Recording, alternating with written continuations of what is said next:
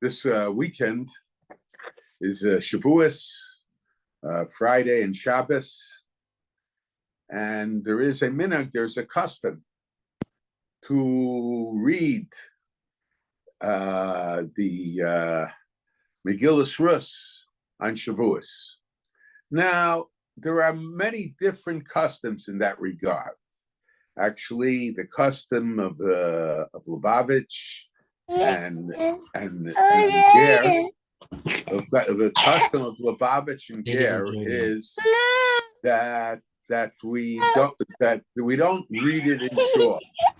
People might read it at home, but Ger and Lubavitch do, and as well as the Sephardic Jews, or I shouldn't say, can't speak for all Sephardic Jews, but there is a Sephardic custom, or I should say, that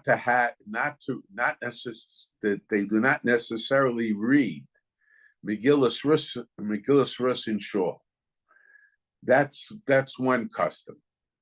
Then there is a custom that's mentioned that the custom of the Ashkenazim in Chutz La'aretz is to read Megillas Rus.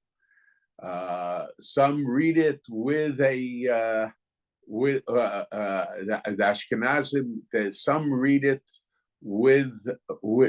some read it with a cloth. Some read it without a cloth. But one person reads it for the whole tzibor, for the whole congregation. But they do not make a bracha on it. And then there is an opinion, and this seems to be the Hasidic practice among with the exclusion of Lubavitch and Ger, is that everybody reads it at the same time. It doesn't mean simultaneously, word for word, but they read it the same way many Chassidim read the Haftorah, and obviously they do not make a bracha on it. And then the Shita of the Gra, which is the minhag of many in Eretz Yisrael, is to read the Megillas Rus from a cloth and with a bracha. Now, it's clear that there is now from the Masechah Sofrim, it appears, as well as from the Yalkut Shimoni, that the custom to read Megillas Rus on Shavuos is a custom that dates back a long time. It's certainly to the time of the Gonim, but how it was read, and perhaps even before that, but how it was read, that varies from place to place and from time to time. Now, so it seems that there is a connection between Megillas Rus and Shavuos. And I think this, if you take a look at the Levush is interesting. Levush says that when we read Megillas Rus, we read Megillas Rus with a bracha. But when we read, which is obviously not our custom, but when we read when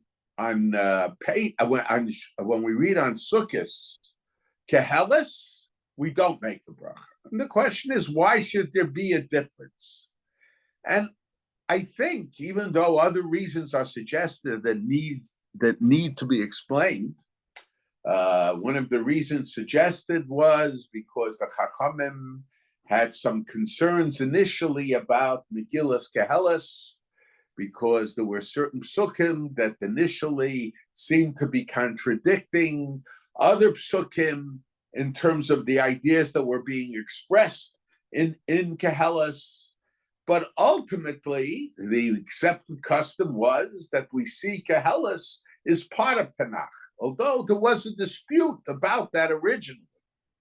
So some want to say that the reason we don't make a bracha on Kehelis is because since there was an opinion that Kehelis shouldn't be part of Tanakh, so we don't make a bracha. To me, that's very difficult because in final analysis, we do recognize Kehelis as being part of Tanakh.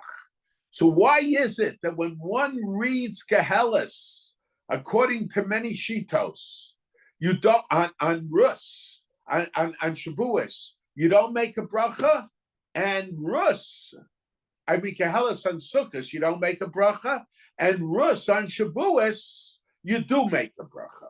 Why should there be a difference?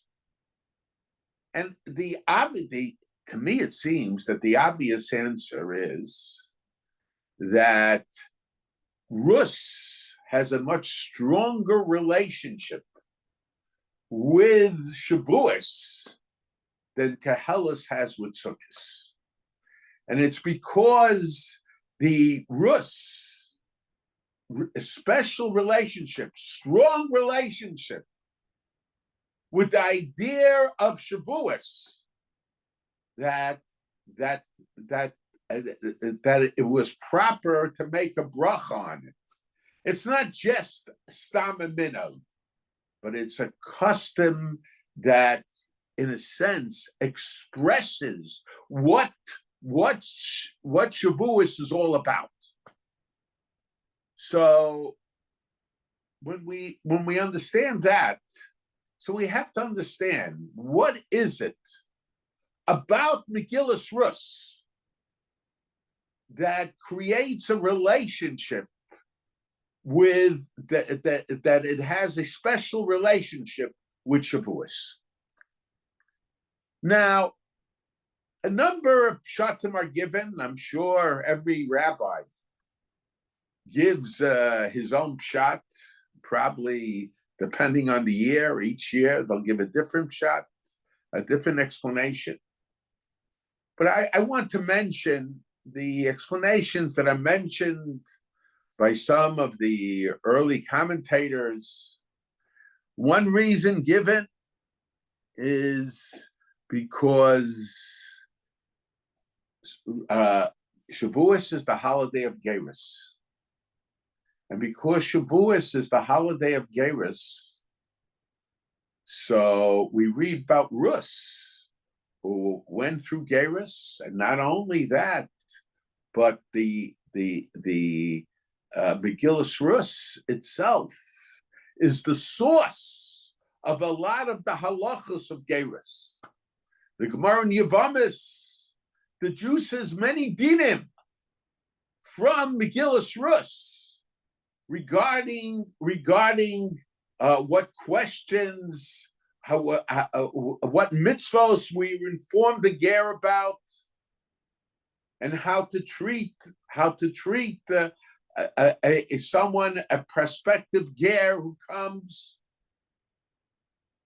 So, because of that, some say that it's we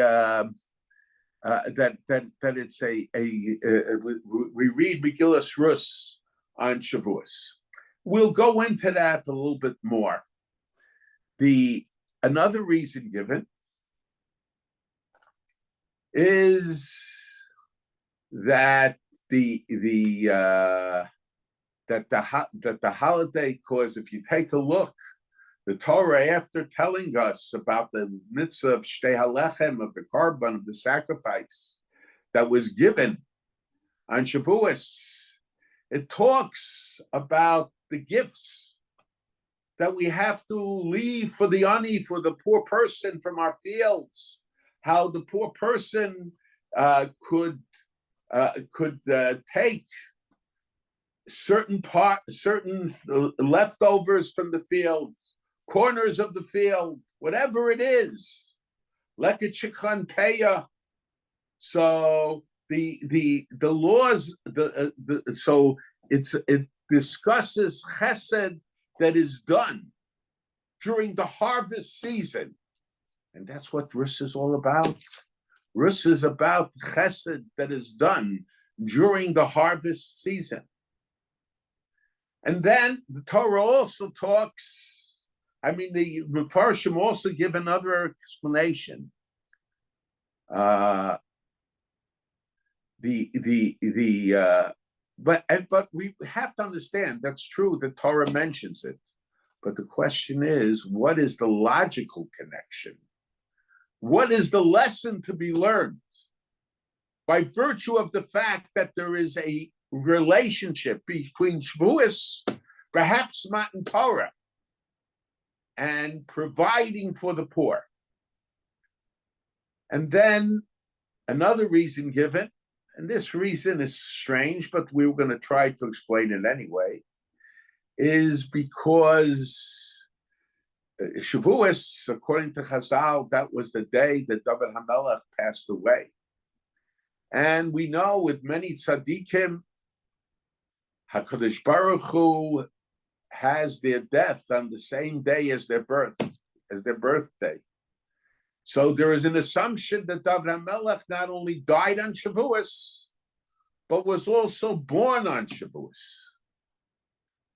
So, and David is the beginning of the dynasty, the kingship dynasty of the Jewish people, of the eternal kingship dynasty of the Jewish people.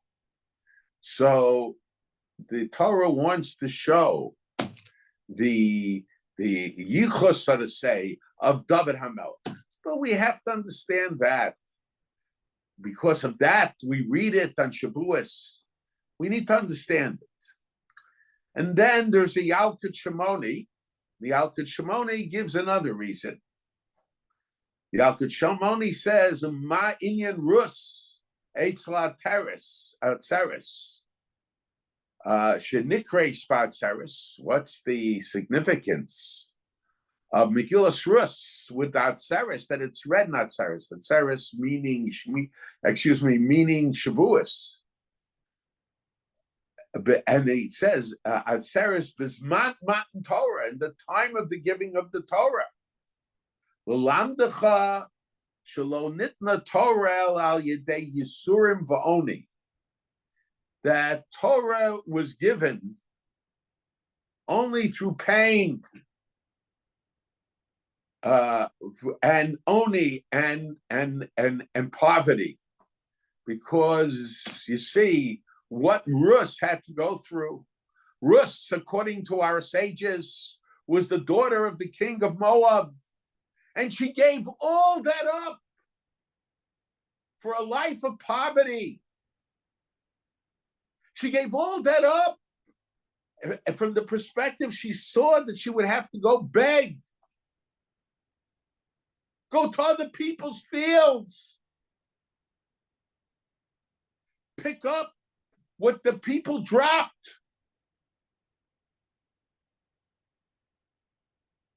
So, because of that, because the Torah is teaching us the trials and tribulations that one has to go in accepting Torah.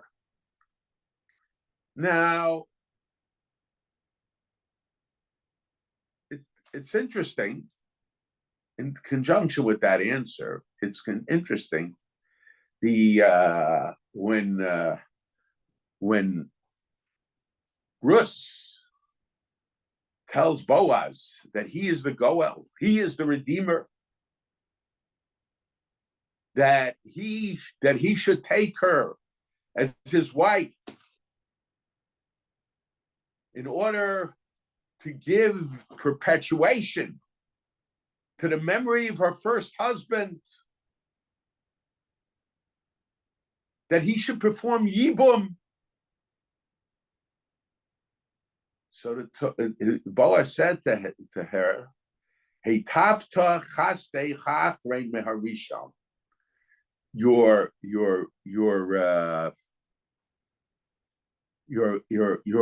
chesed, your first chesed is greater than your second chesed is greater than your first chesed. The kindness that you've shown. The first kindness, the second kindness is greater than the first. What was the first kindness? So some say the way that she helped Naomi, that was the first. The second kindness was her willingness to marry Boaz. Her willingness in doing it either for Boaz, but more so for the memory of her previous husband. So that kindness was considered greater than the first kindness that she showed to her mother-in-law, to Naomi, giving up being the daughter of the king of Moab. But others explain it a little different. Many explain it that that your last chesed. What is the last chesed? The last chesed that you did was the chesed of undergoing gerus. The kindness of undergoing gerus was greater than the chesed of taking care of Naomi. Excuse me. The chesed of marrying Boaz was greater than the first chesed, the chesed of undergoing gerus, of undergoing conversion. And we have to understand why did he describe it that way? That the kindness of marrying Boaz to perpetuate the name of her former husband was greater than the chesed of undergoing gerus, of undergoing conversion. And the question is, when she went conversion, what kind of chesed was it? And it's interesting. And my uncle Shiurim, my uncle raises the question that the Medrash Rabbah says that the chesed of the Medrash Rabbah says that the chesed the Medrash Rabbi asked the question, why was Megillas Rus written? There's no Tumah and Tahara. It doesn't talk about the laws of purification. It doesn't talk about the laws of contamination. It doesn't talk about Isur of what is prohibited. It doesn't talk about the laws of Heter, what is permitted. It just tells us the story of Rus. So why? Why was Rus written down? And the Medrash Rabbah says the reason Rus was written down was L'lamdecha kama schar tov l'gom lechasad. How great is the reward for those who do chesed, for those who show kindness, for those who show kindness. So the question, my uncle raised the question, what was the kindness? What do you mean? There was the Gemara, the Medrash says that there was nothing there, no halachas, no laws. But it was just written to tell us about the kindness of Rus,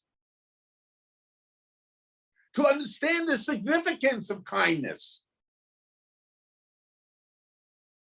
But all the laws of gerus, all the laws of conversion, a couple other laws also, but all the laws of conversion, almost all the laws of conversion, are deduced from Rus. So how could the Medrash in the question even ask, why was it written?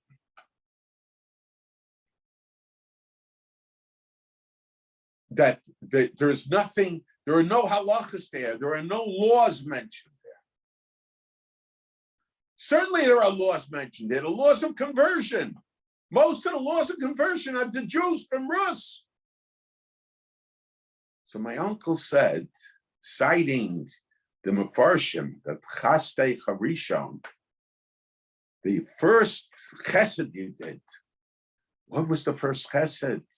The first chesed was undergoing gerus, undergoing conversion. But then the question is, how is undergoing conversion considered a chesed? And my uncle said, he says, on one hand, when one undergoes conversion, that's a chesed to the world, to the whole world. Because every person, every Jew, in a sense, is a ner l'goyim. We contribute the Jewish people as such. B'nai B'chori Yisrael are the trailblazers for the world. They enlighten the world. Perhaps not in 1 day or 2 days, perhaps long term. But every Jew has the ability to contribute to setting the world on the proper path. Of course, in doing that, you have to act properly yourself. So, on one hand, it's a chesed to the world, my uncle said. On the other hand, in addition, my uncle said it's a chesed to the Jewish people. Because when a person goes through gerus, he is giving strength, chizuk, to the Jewish people.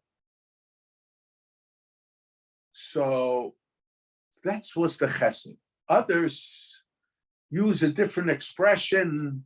They say a person is doing chesed for themselves.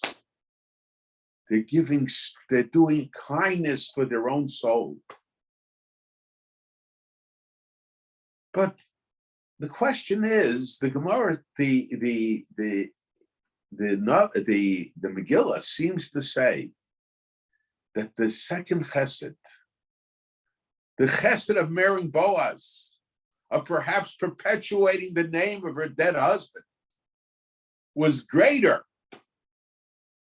or is greater than the chesed, than the chesed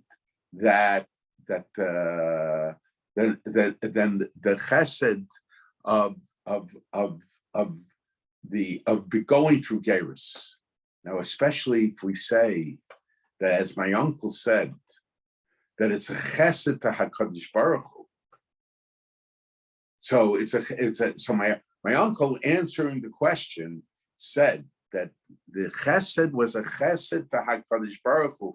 It was a chesed to God, because God, to the world, excuse me, it's a chesed to the world. It's a chesed to the world because God uses the Jew to enlighten the world. Now, if we say that, so how could we say that the chesed for the one individual is greater than the chesed for the whole world, and then the chesed for the Jewish people? How could we say that?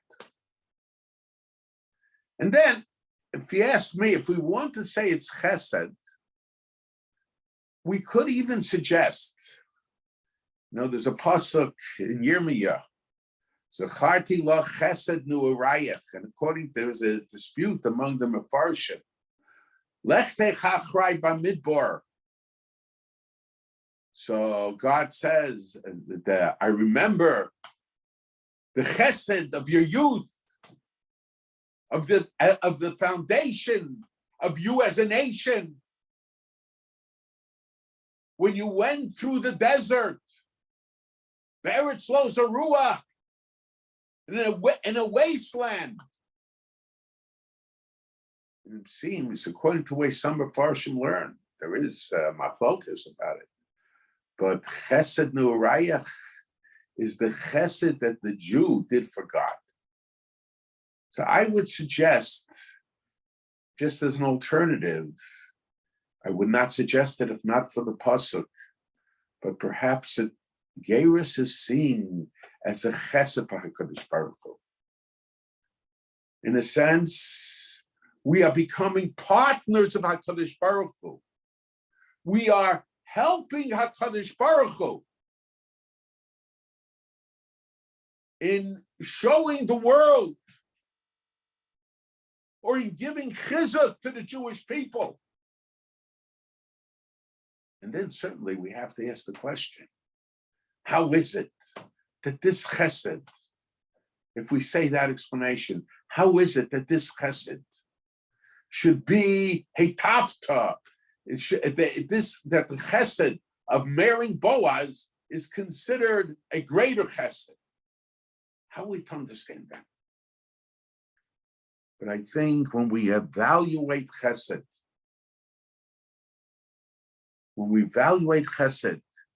and when we evaluate the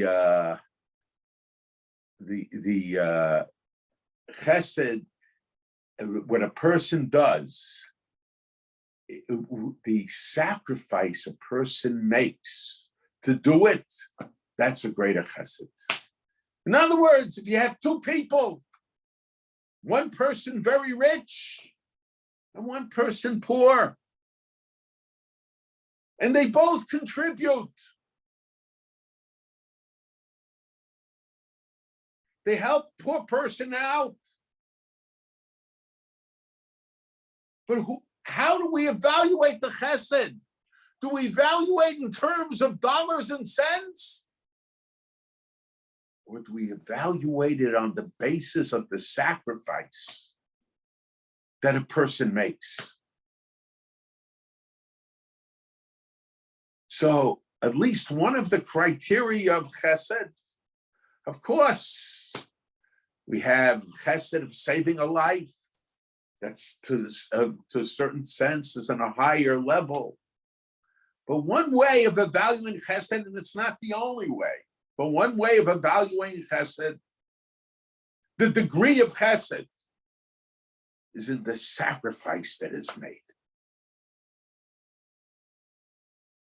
So, in a sense, the chesed, so in a sense, the from the perspective of the chesed, in other words, the chesed of, in a sense, her marrying an elderly person. We know that Boaz died shortly after the marriage, and all that could be seen as a greater sacrifice on Rus's part, as a greater sacrifice on Rus's part than the going with Naomi. So I think that perhaps is what Boaz is saying. If we view chesed from the perspective of sacrifice, and it's not just chesed that has to be viewed from the perspective of sacrifice. Everything, I think, anything that we do has to be viewed from the perspective of sacrifice. You know, we take a look today. You have people learning Torah. You have so many people in Kololim. And in previous generations, there were many less learning in Kololim.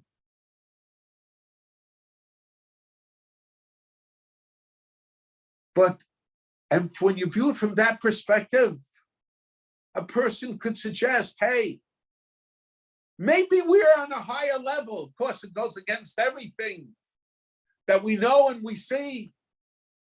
But a person might make that argument. Let's take a look at the numbers. Look how many people are learning. Look how many people are learning all day long.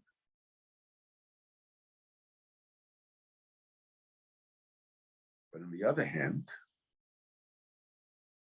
the former generations, and this Gemara mentions similar incidents, that the generations where they didn't learn as much, nevertheless, because of their sacrifices, they were able, in a sense, to accomplish miracles. So we have to evaluate things on the basis of sacrifice. And this was Rus. Rus did chesed. Rus accepted Torah. But it was all through sacrifice. But the question is, so the Medrash says, why is it? So, but there is no laws of Isur and Heter. And the Medrash says that to tell us about the importance of doing Gemilias Chesed, showing kindness, the reward for showing Gemilias Chasadim. So the question was, how did the Gemara even ask such a question? So my uncle said, because Geirus is also Gemilias Chasadim. Yes. But the question is still there. How did the Gemara have a question in the first place? It's true, Geirus might be Gemilias Chasadim. It might be kindness. It might be kindness to HaKadosh Baruch Hu. It might be kindness to the Jewish people. It might be kindness to the world. But how could the Gemara have asked? There is no Isur v'Heter there. The laws of Geirus are all there. How could the Gemara have even asked such a question? And I think the way we could understood it, we can understand what my uncle said in this manner also. In other words, we could understand it, that the question of the Gemara is viewing Megillas Rus from its simple pshat, the pshuto shel mikra. And I'll explain why in a minute. But from the perspective of the pshuto shel mikra, from the simple explanation of Megillas Rus, there are really no halachas there. There are halachas that we can deduce from there, but it's not written in the simple pshat as halachas, as laws. In other words, if Megillas Rus was written as Torah, it was written even in according to the pshuto shel mikra. In the simple explanation, it should have. The question is, the reason for writing Megillas Rus is not because of the drashos. The drashos, those were all halacha l'Moshe Sinai anyway. Those laws did not begin with Rus. Those laws began with Sinai. But things that were given over orally, later on, we see words in Tanakh that are expressive of it. But that's not the reason these books of Tanakh were written. The reason the books of Tanakh, of the Nevi'im and Ksuvim, the reason Rus was written, because of the Pshuto Shel Mikra, because of the simple understanding of the words of Rus. But once it was written to us about Chesed, the Torah in writing about Chesed, Megillas Rus reveals laws of Geirus, which is also Chesed. which was also chesed. But Megillas Rus was not written to reveal those laws. But once it was written, because of what happened with Rus, in order that we should identify the laws of Gerus with Rus, with Chesed, the laws of Gerus could be deduced from the words in Megillas Rus. But it's not part of the Pshuto Shel Mikra. It's not part of the simple words. Now, so this is the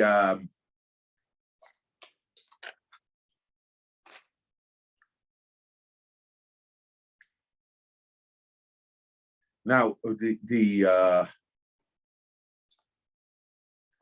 so that explains the idea that, so that's why.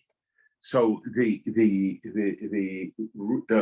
essence of Rus is learning chesed, doing kindness, taking care of the poor.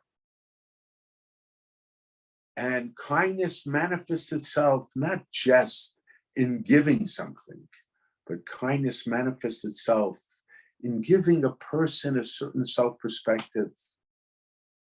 Boaz, it wasn't just that he told Rus, stay in this field, but he gave her self-respect. Don't see yourself just as a beggar. Eat at the table with my workers.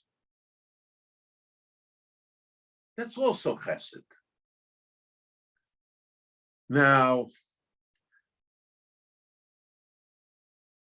now the question though is, what is the significance of the, what does the chesed have to do? What does what does chesed have to do in Matan Torah?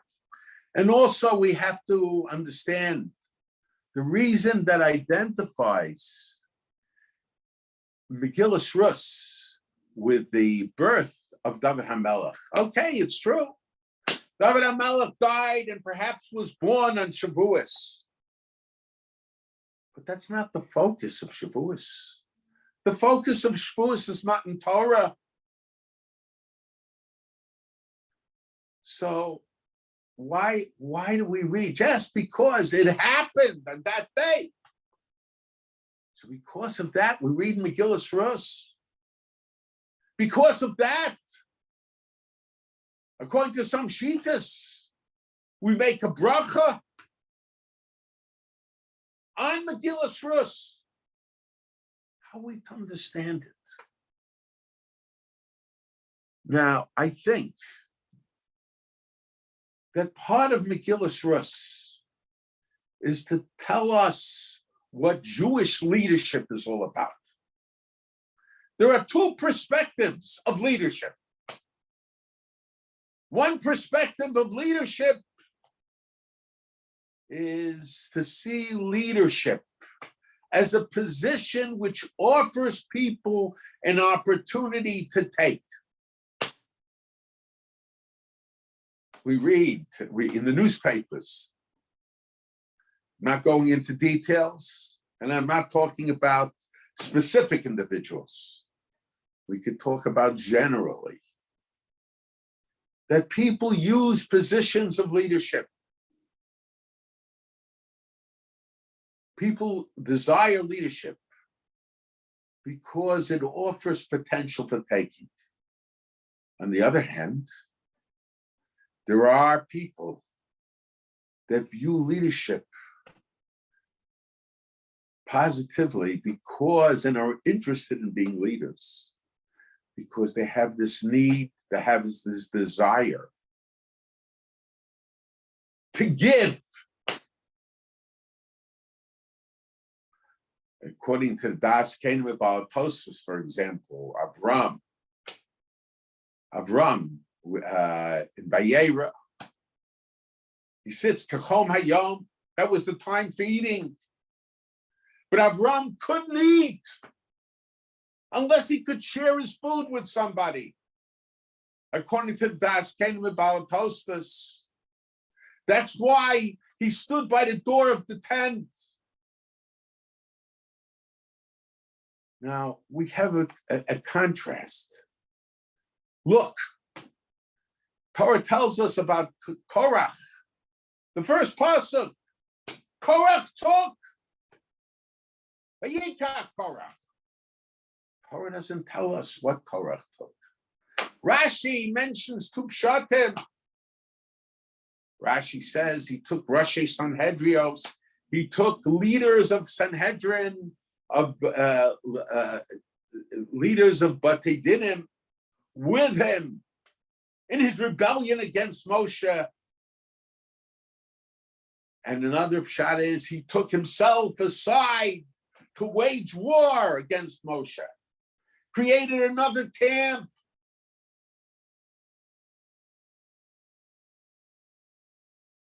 But the pasuk just says Vayikach Korach. It's an unfinished sentence.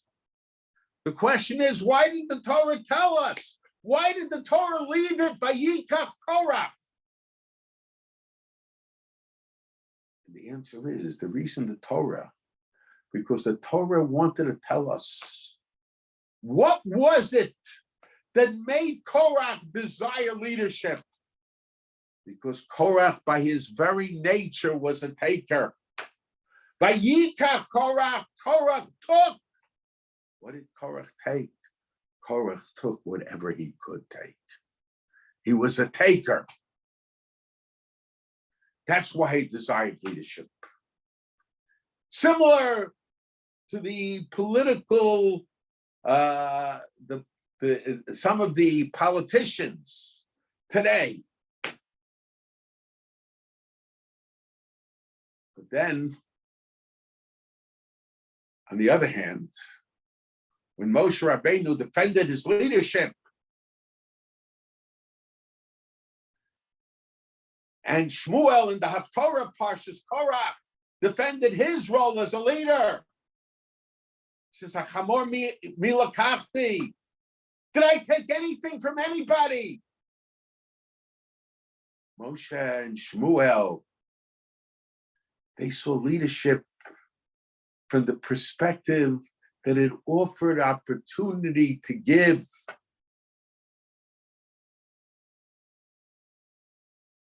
Elimelech was a man who desired leadership. As I'll say, Elimelech, if you take the word Elimelech, it's Eli Melech. To me, is kingship. Is king.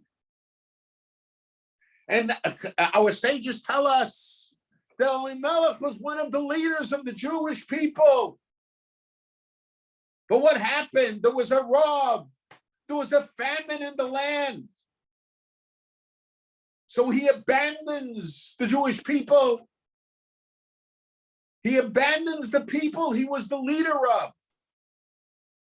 And he goes to stay Moab, to the fields of Moab.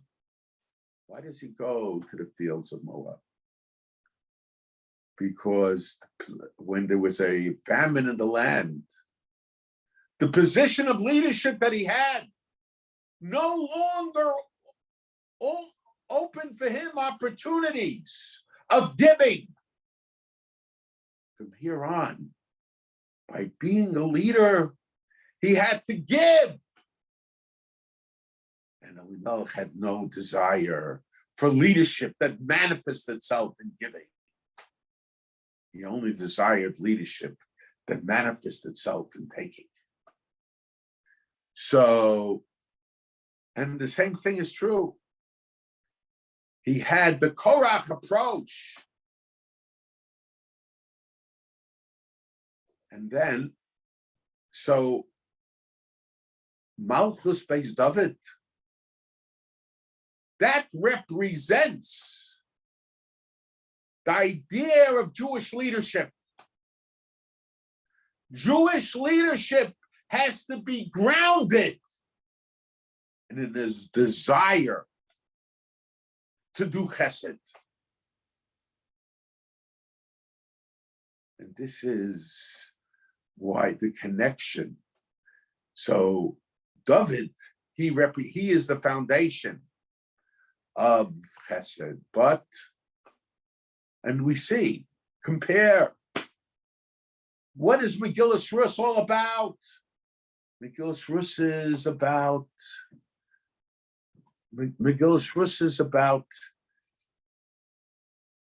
Rus doing Chesed for Nami, Boaz doing Chesed for Nami and Rus, as contrasted with Elimelech, who only does Chesed for himself, but not for his neshama, for his physical being.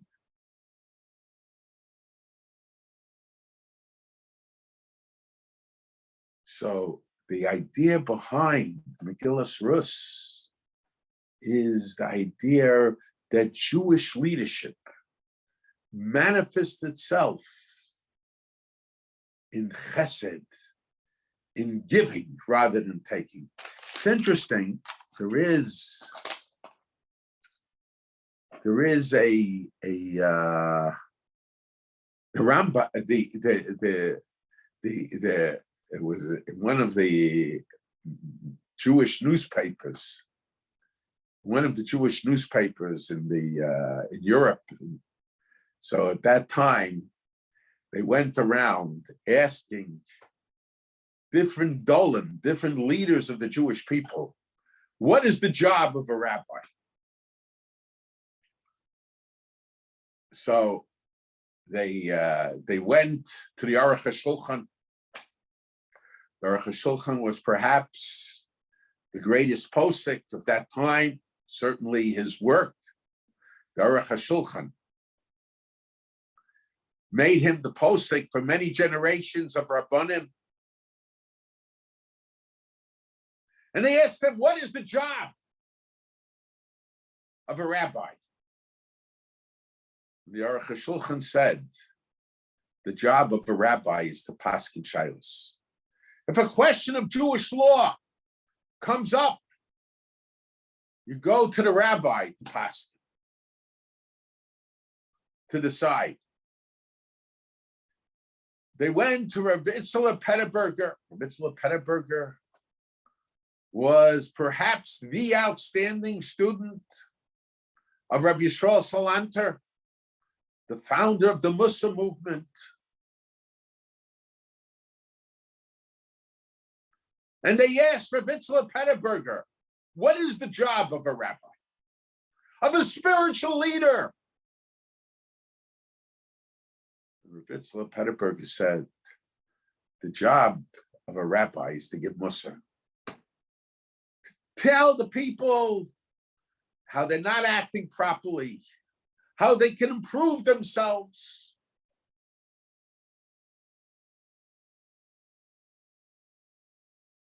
They went to Rabbi Fall Shapiro,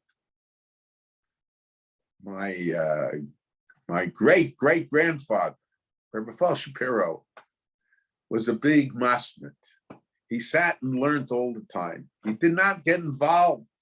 It was the Rosh Yeshiva of Volozhin, but he did not get involved in much. The story is, even bringing up his children, to a large degree, he gave it over to his father-in-law, the Nitziv. So, matter of fact, there's a story that when he was getting dressed for his daughter's wedding, I don't know if one of his daughters married Reb Chaim, so I don't know if it was Reb Chaim's wedding or another daughter's wedding, but so a string from his kapata that he got for the wedding pulled, and I think a button fell out, whatever it was, and he said, "Ay, Sar Gittel Banim. The trouble we have bringing up children," because to him that was probably the biggest Sar Gittel Banim he had, because his father-in-law brought up his children to a large degree. I don't know if the story's true, but that's the story I heard. So they asked Rabbi Shapiro, what's the job of a Rav? Rabbi Shapiro was a Rav in a number of cities. It was Rosh Yeshiva Volozhin also for a while. After the Russian government closed down the Volozhin Yeshiva, he was successful in reopening it. And while he was Rosh Yeshiva, he was obviously Rav of Volozhin as well. He was the rabbi of Volozhin. They asked him, what's the job? So I heard two versions. One version was, he said, no, nothing. And then the other version, more likely, he says the job of a Rav, the job of a rabbi is to sit and to learn, to sit and to study. Okay, then they went to Reb Chaim, my great-grandfather, who was the son-in-law of Rabbi Shapiro. And they asked Reb Chaim, what is the job of a Rav? What is the job of a rabbi? It's interesting when someone wants to be a candidate to be a rabbi. On the resumes, what do they put down? They put down the courses he taught, the courses he took. The jobs, the names of the jobs that he had. The projects that he had. But very rarely do they put down the chesed. The chesed that he did as Rav. How he helped the poor. That's not put down. And probably for good reason. If somebody would put down how he helped the poor when he was rabbi of the community, they probably would not hire him. They would be scared. So, but Reb Chaim said the job of a Rav, the job of a rabbi, is to coordinate chesed in the town, to help those who are hungry have food. That's the main job of a Rav, the main job of a rabbi. To help the sick, to help the downtrodden. My grandfather, when he got his first, he was Reb Chaim's son, my grandfather of Moshe. When he got his first job in Rasein, he was the Rav of Rasein. And before he went to Rasein, Reb Chaim told him a number of things that he has to know as a rabbi. What his job is as a rabbi. But the thing he emphasized most was you have to help those who are in trouble. Those who are in financial trouble. Those who don't have food. Those that are overcome with sickness. Those that have emotional problems. That was the main job of spiritual leadership, of being a rabbi. And I want to suggest that perhaps that's the main job of a king, of a leader, of a country. Concern about the people. And to a certain degree, I've mentioned in the last couple of weeks, number of times, that the Jewish people could get the Torah. Why did they get the Torah at this time? Because they were by Yichan Sham Yisrael Neged Ahar. They camped opposite the Mount Sinai in the singular form. Ki ish echad b'leiv echad. They were like one person with one heart. What does it mean to be like one person with one heart? And why was that a prerequisite for getting the Torah? It was a prerequisite for getting the Torah. Because when I said Na'aseh v'nishma, I accepted the Torah not just for myself. I accepted the Torah, as I've mentioned many times, for all of the Jewish people.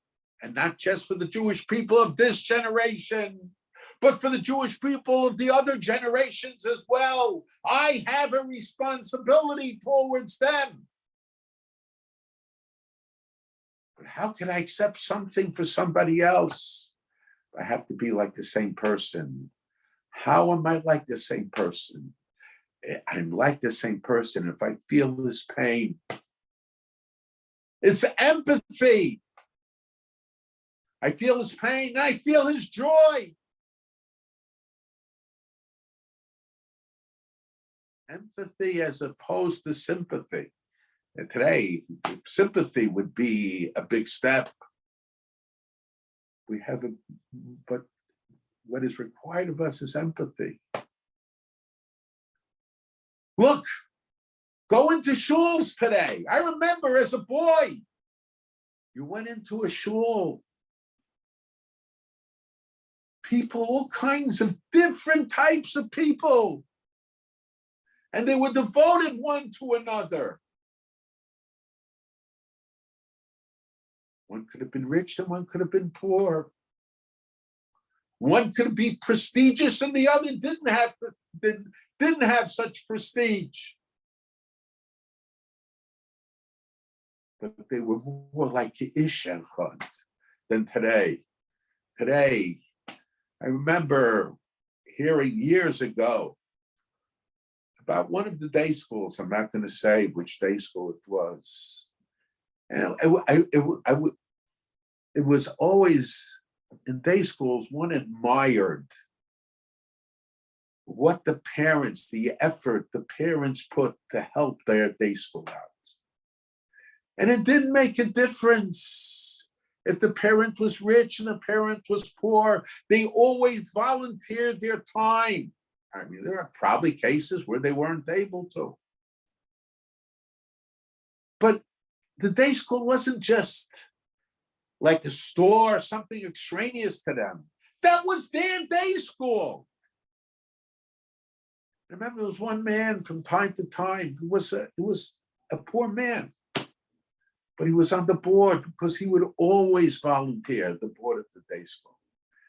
And every time we'd come in, I would talk to him. I felt he liked when people would go over to him to talk to him. He would come, and so I was asked what's going on, and he would tell me with great pride the work that his day school is doing, that he's involved in. And then once he came in and I said to him, what's going on? He says, there's a new group there. He says, they call us Deadwood. You know something? They might even give charity that will ultimately end up in the hands of these people. But that's not the charity of Boaz. Sit with my people. Give them a good feeling about themselves.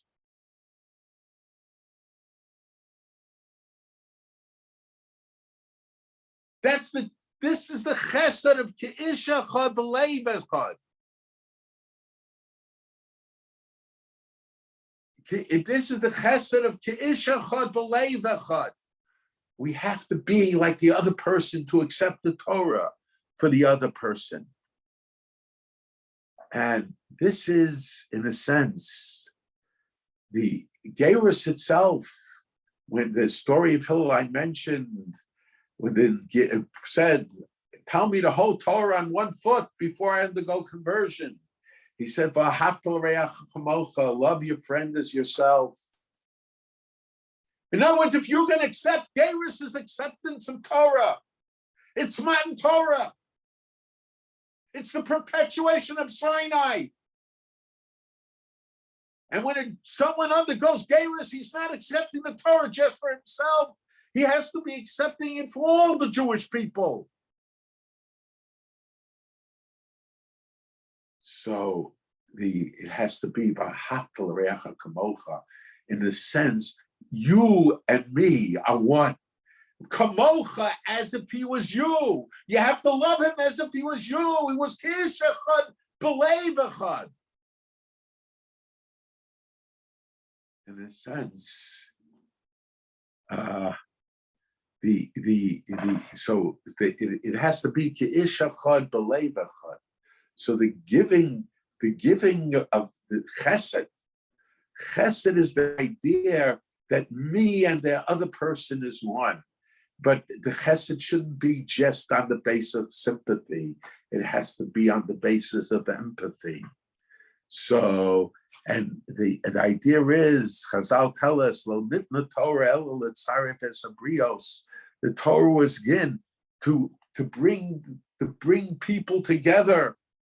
And the Rambam in Hilchos Malachim, when he talks about the Melech, he says the Melech who's leiv ha'am kulo. He is the heart of the whole nation. The nation has to be like one body, and the Melech has to be like its heart. The heart is symbol of the feelings and the emotions. Who leiv ha'am kulo. And that's what Matan Torah, Chesed, Gerus, all of that is one, because we and them are all one. I think that's why, in regard to Shavuos, we're told in the Torah about giving or leaving for the poor. That's all part of Matan Torah. It's all part of being Ki'ish Echad B'Leiv Echad, of being like one person with one heart. So the Rus talks about Chesed. It talks how Rus sacrificed herself to be with Naomi.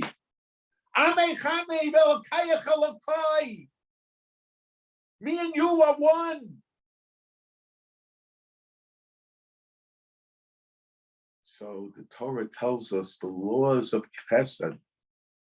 Torah tells us the laws of Chesed through drashos in the Megillah of Chesed, because the Megillah of Chesed is the foundation of Ki'ish Echad B'Leiv Echad, for the acceptings of Torah. It's the foundation for Jewish leadership. Shavuos is Matan Torah. Shavuos is devotion to every Jew. Shavuos is the day that we do Chesed for the poor. And poor doesn't just mean those who don't have money. People could have psychological problems as well. To make a person who's sad feel happy. There are people, and sometimes it originates in their own bad perspective of themselves,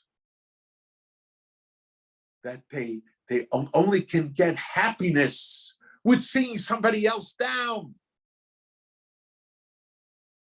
Shavuos is the time, we all have to be dedicated. We have to be dedicated to each other. And there's a special mitzvah of avas hager, of love of the ger, to accept the ger, to make him feel that he's one with us, not to treat him as if he was something separate. But as the Rambam points out, it has to be real gerus. It has to be gerus where the ger joins the Jewish people, where the ger is committed to Torah. And if we could suggest, if I've suggested in the past, that's the idea of Bezdin. The idea of Bezdin, we see by the Avos, we ask, where was the gerus before Matan Torah? Where was the Bezdin before Matan Torah? The answer is the gerus before Matan Torah was the individual gerus, the gerus of the individual. And Matan Torah, it was the gerus of the nation.